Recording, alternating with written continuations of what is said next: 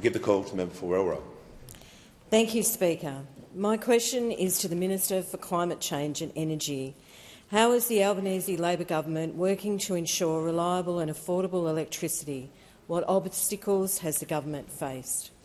Give the call to the Minister for Climate Change and Energy. Well, thanks very much, Mr Speaker. I thank my honourable friend for her question and thank her for her leadership in our part of the world, south-western Sydney. It's great to have such a strong Member of Parliament working so closely with her. And, Mr Speaker, the constituents of Werriwa, as the constituents right around Australia know, that we need more reliable energy and we need more of it quickly.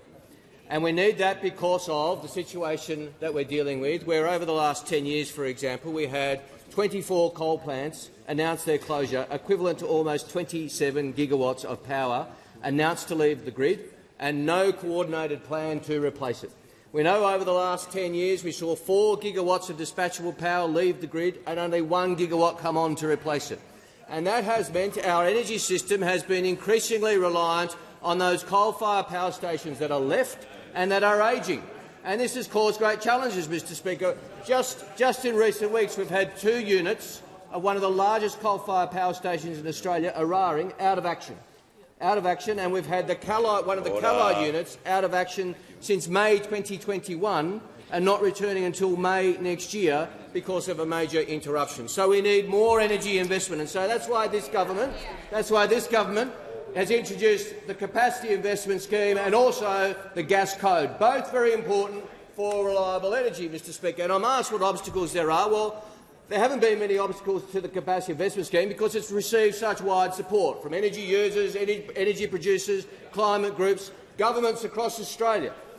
Energy ministers met last week and the communiqué unanimously endorsed the Albanese Government's Capacity Investment Scheme. Governments all across Australia, including the Liberal Minister for Energy from Tasmania and the Greens Minister for Energy from the ACT. The Tasmanian Minister for Energy issued a very strong statement. Minister Nick Duigan, a very strong statement on behalf of the Rockcliffe Government, welcoming the Albanese Government's Capacity Investment Scheme. So that's a big step forward. We know those opposite didn't get the memo.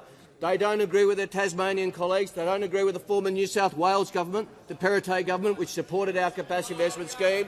But that's a matter for them. Also the Gas Code, Mr Speaker. Now, the Gas Code was introduced, Mr Speaker, to ensure that there is an anchor on prices and also more supply. Now, the Greens have moved a disallowance. I said yesterday we didn't know how the Liberals were going to vote. Turns out they didn't know how they're going to vote either. They didn't turn up, Mr Speaker. They abstained.